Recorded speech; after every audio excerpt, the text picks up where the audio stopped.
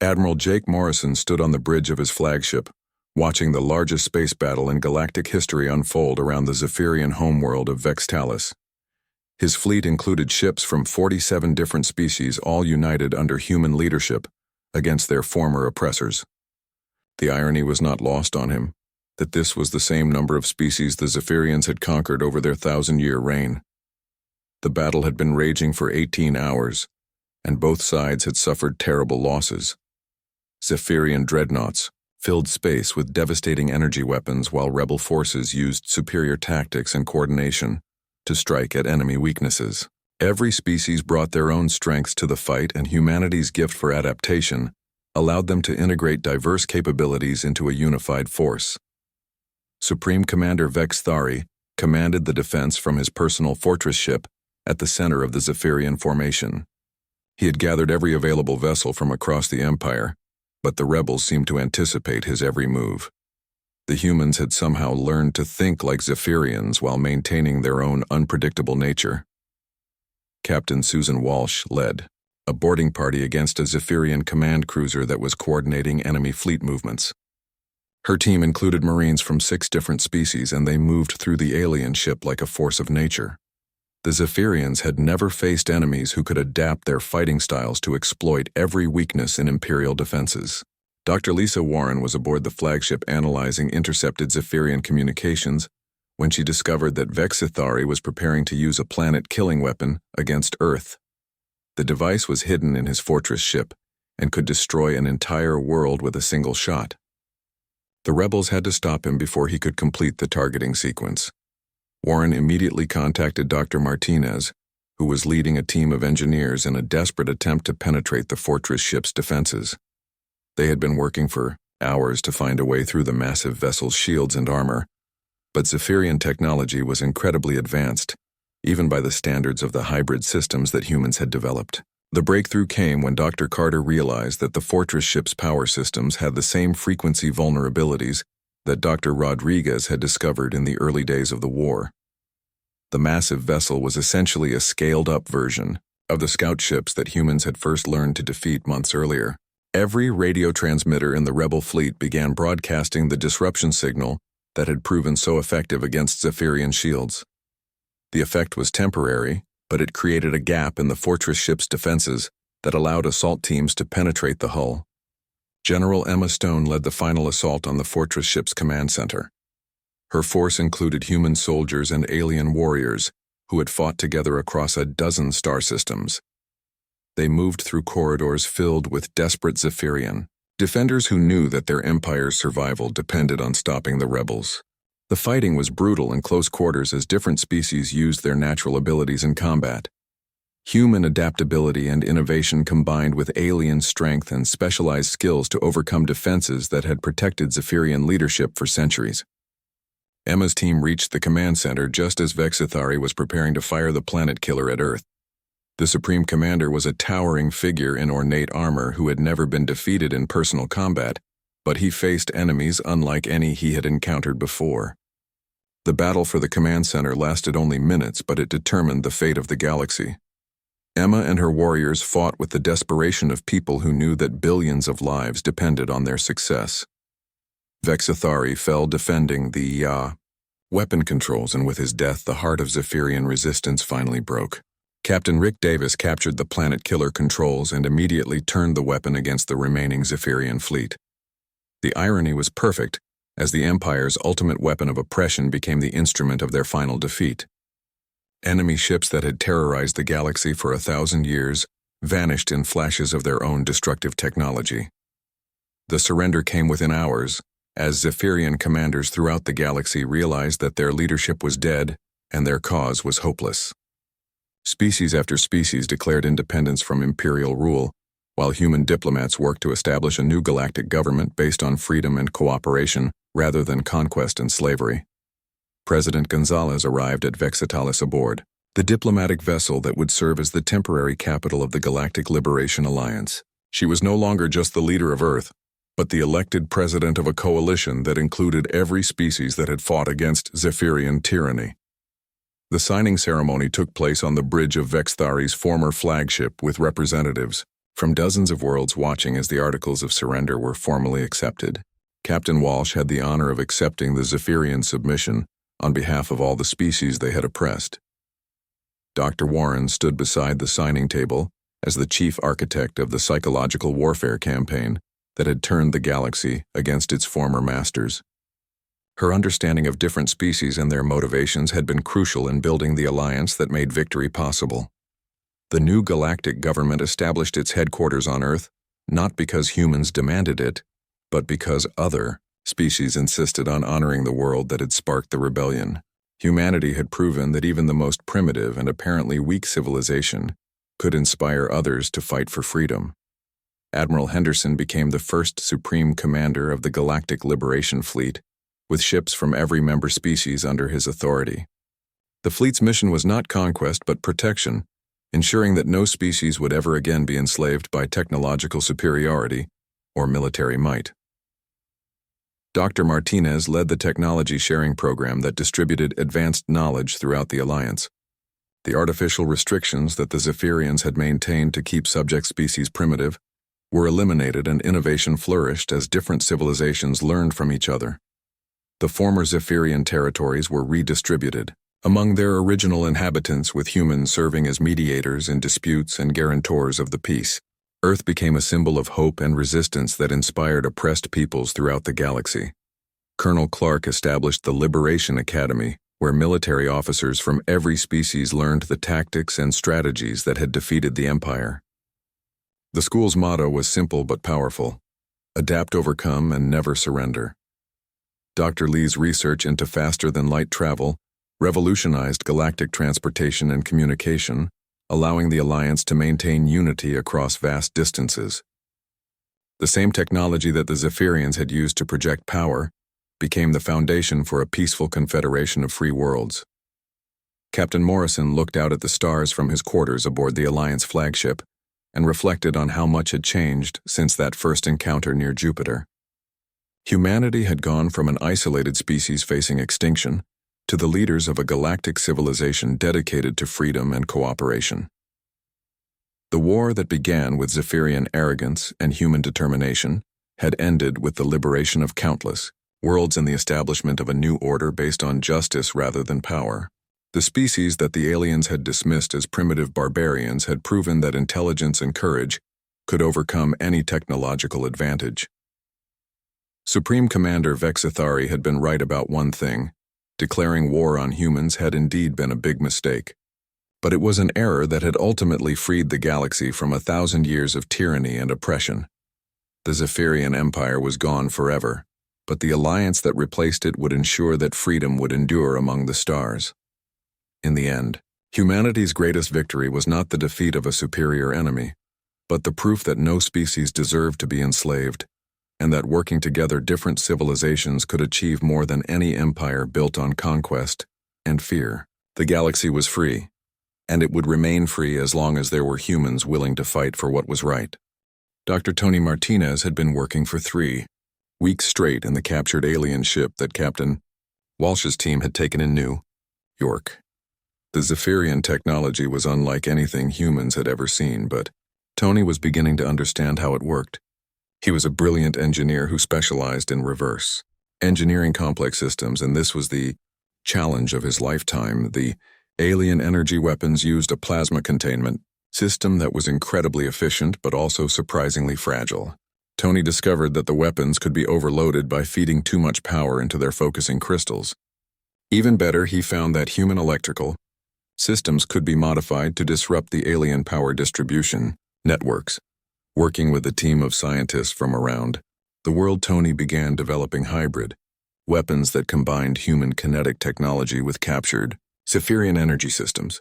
The results were crude and unpredictable, but they packed more punch than anything Earth had built. Before Commander Greg Thompson led the first mission to test the new hybrid weapons against a Zephyrian supply depot near Mars, his ship was a converted mining vessel that looked like junk compared to alien technology, but it carried Tony's experimental weapons and a crew that was eager to hit back at their invaders. The attack on the supply depot was a complete surprise to the Zephyrians.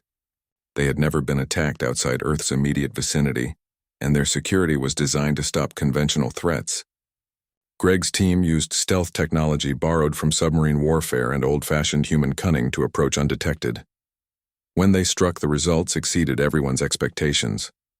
Tony's hybrid weapons tore through alien defenses like they were made of paper, and the supply depot was destroyed in minutes. More importantly, the humans captured several intact alien ships and enough technology to accelerate their reverse engineering efforts. President Gonzalez addressed the world from the White House bunker where she had been coordinating the global defense effort. She was exhausted from weeks of crisis management, but her voice was strong and determined when she spoke to the billions of people watching. Citizens of Earth, she said, we have proven that these invaders are not invincible. Every day our forces learn more about their weaknesses and develop new ways to fight back. We will not surrender our freedom and we will not submit to slavery. Earth will drive out these aliens and we will make them regret the day they threatened humanity. Her speech was broadcast on every remaining communication network, and the response was immediate. Resistance groups that had been operating independently began coordinating their efforts and sharing intelligence. Military units that had been scattered by the initial invasion started regrouping and launching coordinated attacks. Dr. Kevin Lee was working at a secret facility in Australia, where captured alien technology was being studied around the clock. He was a theoretical physicist who had spent years trying to understand faster-than-light travel, and now he had access to actual working examples of the technology. The Zephyrian ships used something called quantum full drives that could bend space-time around the vessel. Kevin discovered that the drives created detectable distortions that could be tracked across vast distances. Even better, he found that the fold effect could be disrupted by generating specific gravitational waves. Kevin's breakthrough meant that human forces could predict where alien ships would appear, and they could even prevent enemy vessels from escaping once they were engaged in battle. The technology was complex, but human engineers were adapting it with remarkable speed. Sergeant Lucy Barnes was defending a sector of New York when the aliens launched their largest ground assault yet. She commanded a mixed unit of soldiers and civilian volunteers who had been fighting in the ruins of the city for weeks. They were outnumbered, 10-1, but they had learned to use the urban environment to their advantage. The Zephyrian ground forces expected to overwhelm human positions with superior firepower, but they found themselves trapped in a maze of collapsed buildings and improvised fortifications. Lucy's people had turned every street into a killing zone and every building into a fortress. The aliens had energy weapons that could punch through concrete, but they could not adapt to the constantly changing tactical situation. Human defenders would attack from one direction and then disappear through tunnels and sewers that the invaders did not know existed. The battle that should have lasted hours dragged on for days. Lucy became a symbol of human resistance when footage of her unit's victory was broadcast around the world. She was just an ordinary soldier, but she had proven that humans could defeat aliens in direct combat when they chose the time and place of the engagement. Dr. Warren had been interrogating Zephyrian prisoners for weeks, and she was beginning to understand how their empire functioned. The aliens had conquered dozens of species, but they had never integrated those cultures into their civilization. Instead, they used conquered populations as slave labor while maintaining strict separation between rulers and subjects. This gave Warren an idea that could change the entire course of the war. If humans could make contact with other conquered species, they might be able to organize a galaxy-wide rebellion against Zephyrian rule. The empire was vast, but it was also brittle because it depended on fear and overwhelming force rather than loyalty or cooperation. Warren shared her theory with Admiral Henderson, who immediately began planning long-range missions to contact alien species in other star systems. It was a dangerous strategy, but it offered the possibility of turning humanity's defensive war into a campaign of liberation. Supreme Commander Vex Thari was no longer amused by human resistance. His forces had suffered more casualties in the past month than they had in the previous century of conquest. Worse yet, the humans were becoming more dangerous. Every day as they adapted, captured technology, and developed new tactics, the Empire was beginning to question Vex Thari's leadership, and he knew that failure on Earth would end his career and possibly his life. He began committing more ships and resources to the campaign, but every escalation was met by human innovation and determination. Colonel Clark was coordinating with resistance leaders on every continent, and the reports he received were increasingly positive. Human forces were not just surviving, but growing stronger and more effective. Captured alien technology was being distributed to fighting units around the world, and new weapons were being developed faster than anyone had thought possible. The war was entering a new phase where humans were no longer simply defending their planet, but actively hunting alien forces throughout the solar system. Ships like Greg Thompson's were striking at enemy positions around Mars and Jupiter, while ground forces were pushing the invaders out of major cities. For the first time since the invasion began, Admiral Henderson allowed himself to believe that humanity might actually win this war. The aliens had made a fundamental error in judgment when they attacked Earth. They had expected to face a primitive species that would surrender quickly when confronted with superior technology. Instead, they had awakened something that the galaxy had never seen before. Humans were not just another species to be conquered and enslaved. They were survivors who had fought their way to the top of their world's food chain through intelligence and determination. They were innovators who could adapt and overcome any challenge. Most importantly, they were a people who would never surrender their freedom no matter what the cost. The Zephyrian Empire had declared war on humanity, expecting an easy victory. Now they were learning why that had been a very big mistake. Captain Rick Davis piloted his ship through the darkness between stars toward the Zephyrian home system of Kepler Prime. His vessel was humanity's first true interstellar warship, built with hybrid human and alien technology that Dr. Martinez's team had perfected over months of desperate innovation. The mission was simple in concept, but terrifyingly dangerous in execution. Take the war directly to the enemy's home territory. Rick's crew was made up of volunteers who knew they might never see Earth again. The ship carried experimental weapons that had never been tested in deep space, and a faster-than-light drive that Dr. Lee's team had cobbled together from captured alien components. Everything about the mission was a gamble, but humanity could no longer afford to fight defensively. Supreme Commander Vexathari was dealing with crisis reports from across the Zephyrian Empire when the first human attack struck his supply convoys near the Rigel system. The primitive Earth species had somehow developed interstellar capability in just months, and they were using it to launch surprise raids that disrupted Imperial logistics. The attacks were coordinated and devastating. Human ships would appear without warning, strike at vulnerable targets, and vanish before Zephyrian reinforcements could respond. The tactics were completely unlike anything the Empire had encountered before, and they were causing serious damage to military operations throughout the region. Dr. Helen Foster was working aboard a captured Zephyrian communications ship when she made contact with rebel factions on 3 different worlds that had been conquered by the Empire. The aliens she spoke with were desperate and hopeful when they learned that another species was successfully fighting back against their oppressors. Helen discovered that the Zephyrian Empire ruled through fear and technological superiority, but their control was much weaker than it appeared. Conquered species were kept isolated from each other and prevented from developing advanced technology. Most had never imagined that resistance was possible until they heard about humanity's success. Working with Dr. Warren's psychological profiles of different alien species, Helen began organizing a network of rebel groups that could coordinate their efforts against Imperial forces. The humans provided tactical advice and captured Zephyrian technology, while the rebels provided intelligence about enemy positions and weaknesses. Commander Steve Parker led a joint human and alien fleet in the first major battle against a Zephyrian task force near the Vega system. His ships were outnumbered 3-1, but they had advantages that the enemy did not expect. The rebels knew Imperial tactics and ship specifications, while the humans brought innovative weapons and unpredictable strategies. The battle lasted 6 hours and ended with the complete destruction of the Zephyrian force. More importantly, it proved that the Empire could be defeated when multiple species worked together against their common enemy. News of the victory spread rapidly through rebel networks and inspired uprisings.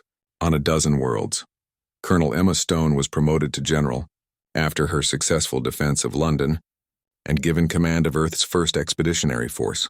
Her mission was to liberate alien worlds and expand the growing rebellion against Zephyrian rule. She had studied every available report about conquered species and their capabilities. Emma's force included human marines and volunteers from 6 different alien species who had escaped Imperial control. They were equipped with the latest hybrid weapons and supported by ships that combined the best features of human and alien technology. The diversity of the force was both a strength and a challenge, as different species had very different approaches to warfare. The first world they liberated was Altair, where a reptilian species called the Sarkoth had been enslaved for 300 years.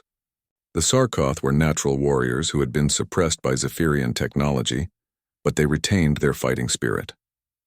When Emma's force provided them with modern weapons, they proved to be formidable allies. Supreme Commander Vexithari was facing rebellion on 20 systems, and his authority within the Empire was crumbling.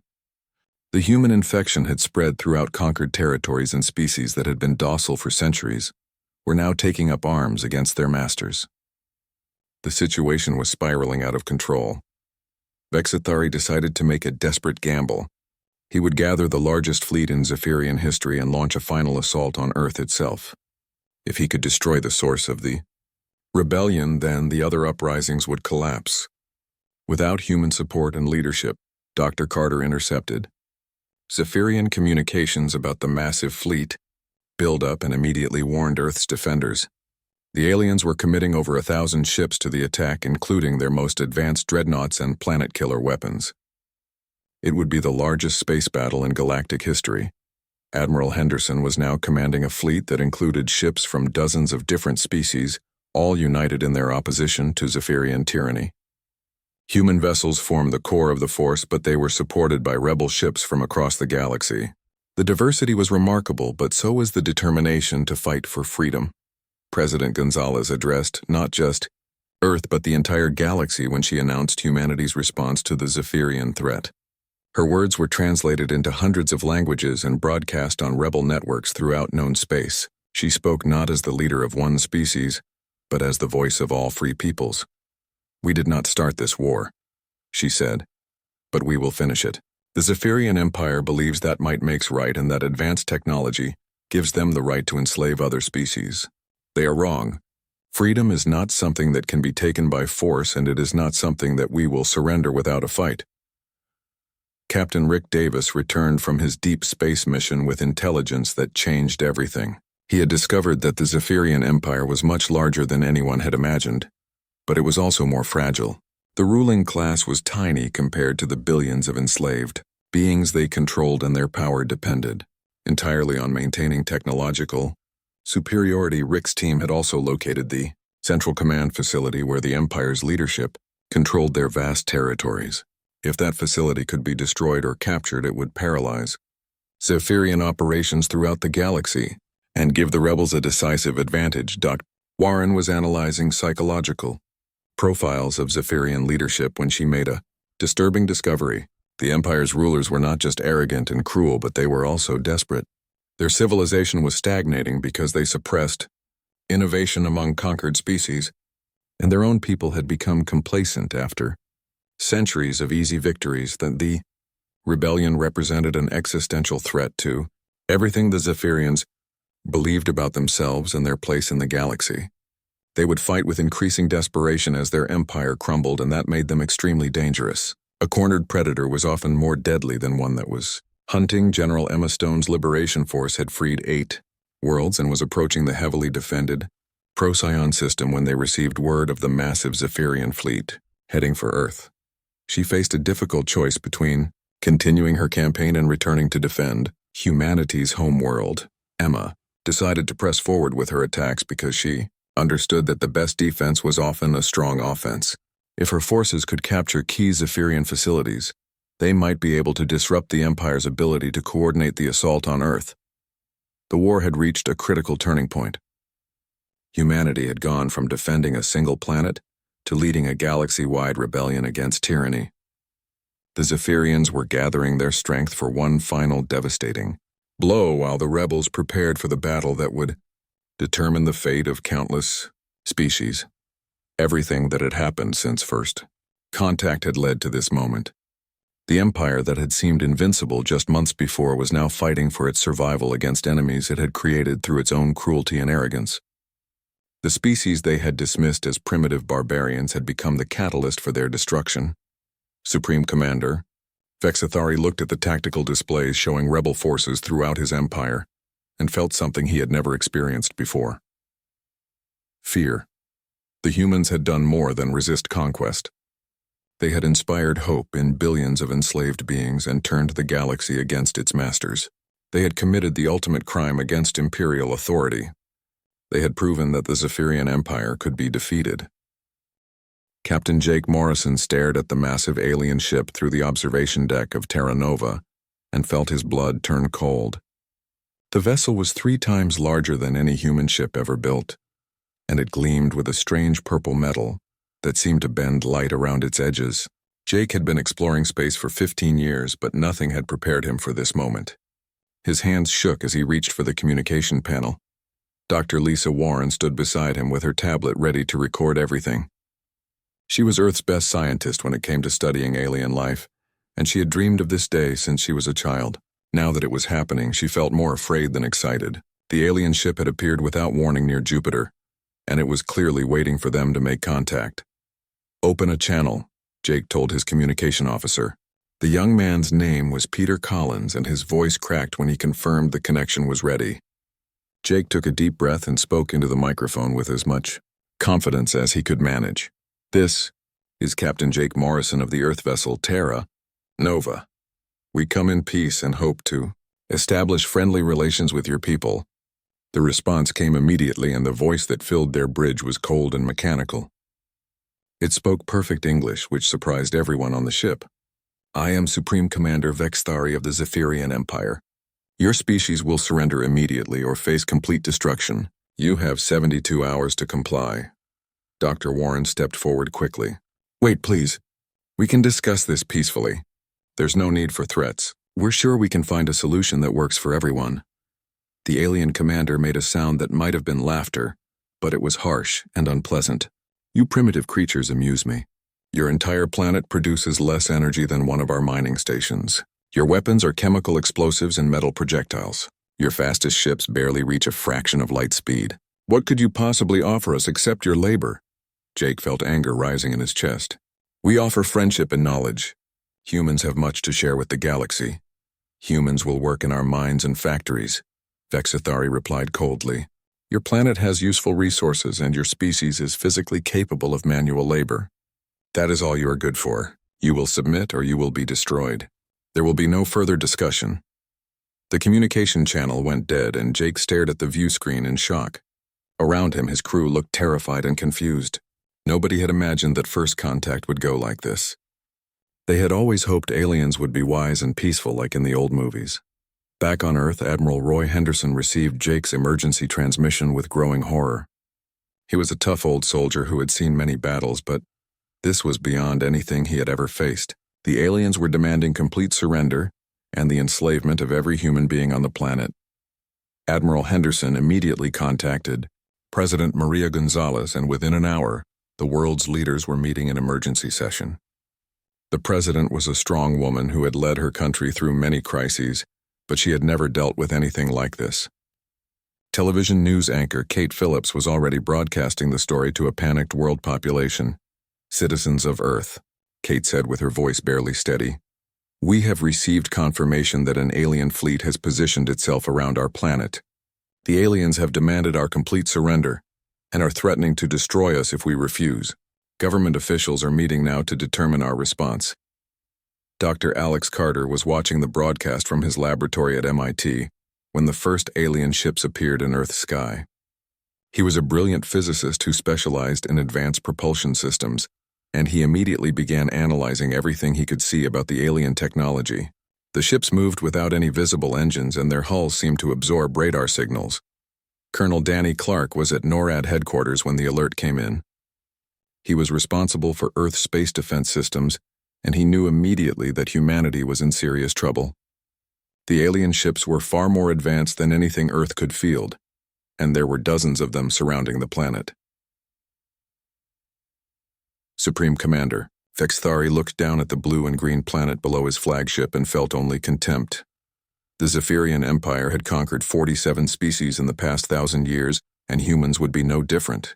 They were weak and primitive, and they would make useful slaves for the Empire's expanding industrial needs. The Zephyrians had energy weapons that could destroy mountains and defensive shields that could stop any attack. Their ships could travel between stars in days, and their technology was thousands of years more advanced than anything humans possessed. Vexthari had defeated species far more dangerous than these pathetic Earthlings. To demonstrate his power, Vexthari ordered his gunners to destroy an abandoned space station that orbited Earth. The ancient human structure vanished in a flash of purple energy that lit up the night sky. Billions of people saw the explosion and understood that resistance would be hopeless. Your governments have 60 hours remaining. Vexthari broadcast to every communication device on Earth. Prepare your people for transport to work camps throughout the Empire. Any attempt at resistance will result in the destruction of your major cities. The Zephyrian Empire has spoken. Admiral Henderson watched the demonstration from his command center and felt sick to his stomach. The aliens had destroyed the space station without effort, and their message was clear. Humanity faced a choice between slavery and extinction. But as he looked around at his officers, he saw something unexpected in their eyes. Instead of fear, he saw determination and anger. Humans had never surrendered without a fight, and they were not about to start now. Dr. Warren was still aboard Terra Nova when the ultimatum was broadcast. She had spent her whole life studying the possibility of alien contact, and now she understood how naive she had been. The universe was not filled with wise, peaceful beings who wanted to share knowledge. It was filled with predators who saw humans as nothing more than useful animals. But as she watched her crewmates respond to the crisis, she began to feel something else besides fear. Humans might be primitive compared to the Zephyrians, but they had something the aliens clearly did not understand. They had the ability to adapt and innovate under pressure. They had fought their way to the top of Earth's food chain not through superior strength but through intelligence and determination. The 72-hour countdown had begun, and humanity faced its greatest challenge. The Zephyrians expected quick surrender from a species they considered inferior. They had no idea what they had just started. The 72 hours passed in a blur of desperate activity across Earth. Colonel Danny Clark had not slept since the alien ultimatum arrived, and his eyes burned from staring at computer screens. He was coordinating defense plans with military leaders from every nation, and the scale of the challenge was overwhelming. The aliens had ships positioned over every major city, and their weapons could destroy anything humans built. But Danny had been a soldier for 20 years, and he understood something the aliens did not. Humans had been fighting wars since the beginning of civilization, and they had learned hard lessons about survival. The key was not to fight the enemy's strength, but to find their weaknesses and exploit them ruthlessly. Dr. Alex Carter had barely left his laboratory since the crisis began. He was studying every piece of information about alien technology that Terra Nova had transmitted back to Earth. The ships used some kind of energy field for propulsion, and their weapons fired concentrated plasma beams. But Alex was beginning to see patterns in their design that suggested possible vulnerabilities. When the deadline expired, Admiral Henderson gave the order that everyone had been expecting. All units engage hostile targets. Operation Defiance is now active. The first wave of human missiles launched from submarines and ground installations around the world. The Zephyrians watched with amusement as primitive chemical rockets streaked toward their ships. Their energy shields could easily deflect such crude weapons, and they prepared to demonstrate their superiority once again. But the missiles were not trying to penetrate the shields. Instead, they detonated at specific distances and released clouds of metallic particles that disrupted the aliens' sensor systems. Lieutenant Commander. Nina Brooks led a squadron of modified fighter jets through the confusion and managed to damage 3 alien scout ships with electromagnetic pulse weapons that Dr. Carter had designed. Supreme, Commander Vexthari was surprised by the human response. Most species either surrendered immediately or fought with conventional weapons that his ships could easily defeat. These humans were using tactics he had never encountered before.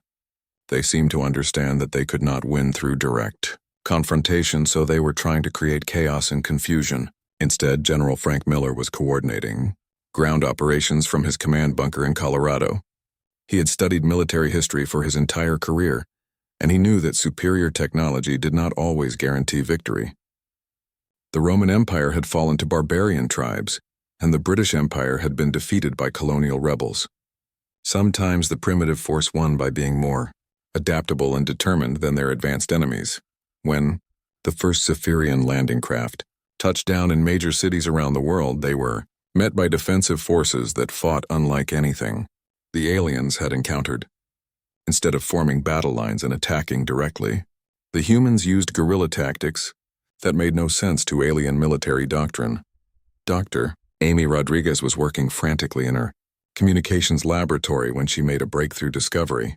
She had been analyzing the radio frequencies that the alien ships used to coordinate their operations, and she found something unexpected. The Zephyrian shields operated on a specific frequency band, and they could be disrupted by transmitting the right kind of interference pattern. Amy immediately contacted engineer Pete Johnson, who was working on modifications to Earth's broadcast networks. Within hours, they had converted radio stations around the world into weapons that could temporarily disable alien defensive systems.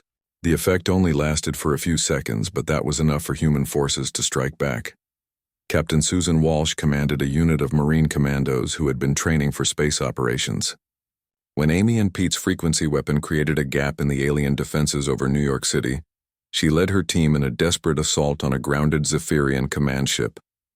They used chemical explosives and boarding tactics that no advanced civilization would expect. The aliens inside the ship were not prepared for hand-to-hand combat.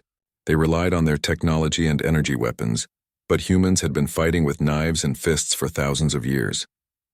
Susan's team captured the ship and took several alien prisoners who would provide valuable intelligence about Zephyrian weaknesses.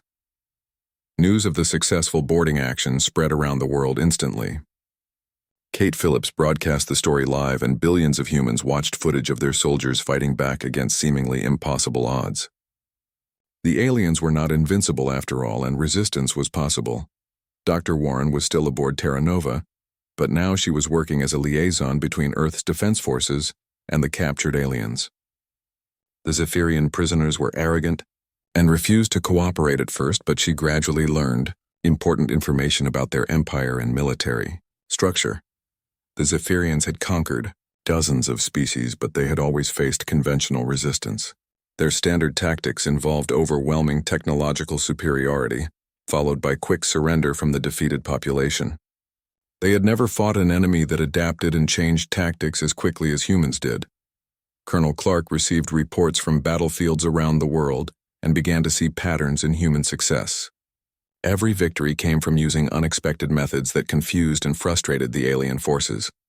Humans were not stronger or more advanced, but they were more creative and flexible in their thinking. General Miller coordinated with resistance cells that were forming in occupied cities.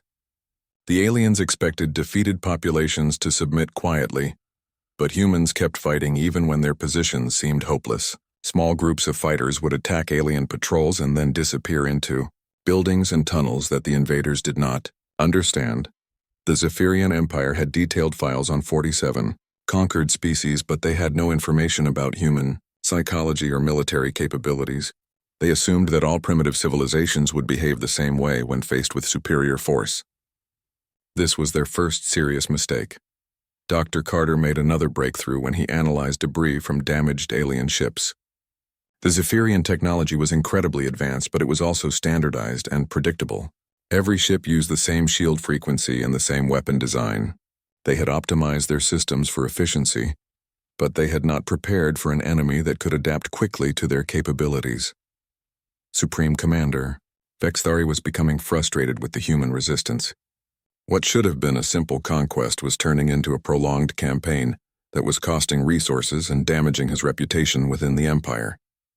He began to understand that humans were different from other species he had defeated, but he still believed that superior firepower would eventually break their will to fight. Admiral Henderson watched the battle reports with growing hope. Humanity was still badly outgunned, but they were proving that the aliens could be hurt, and their technology could be countered. Every small victory taught human forces more about their enemies, and gave them confidence to keep fighting. The war that the Zephyrians had expected to win in days was now entering its second week. Humans were not only surviving, but learning and adapting with terrifying speed. For the first time in 1,000 years, the Zephyrian Empire faced an enemy that refused to follow the rules of conventional warfare.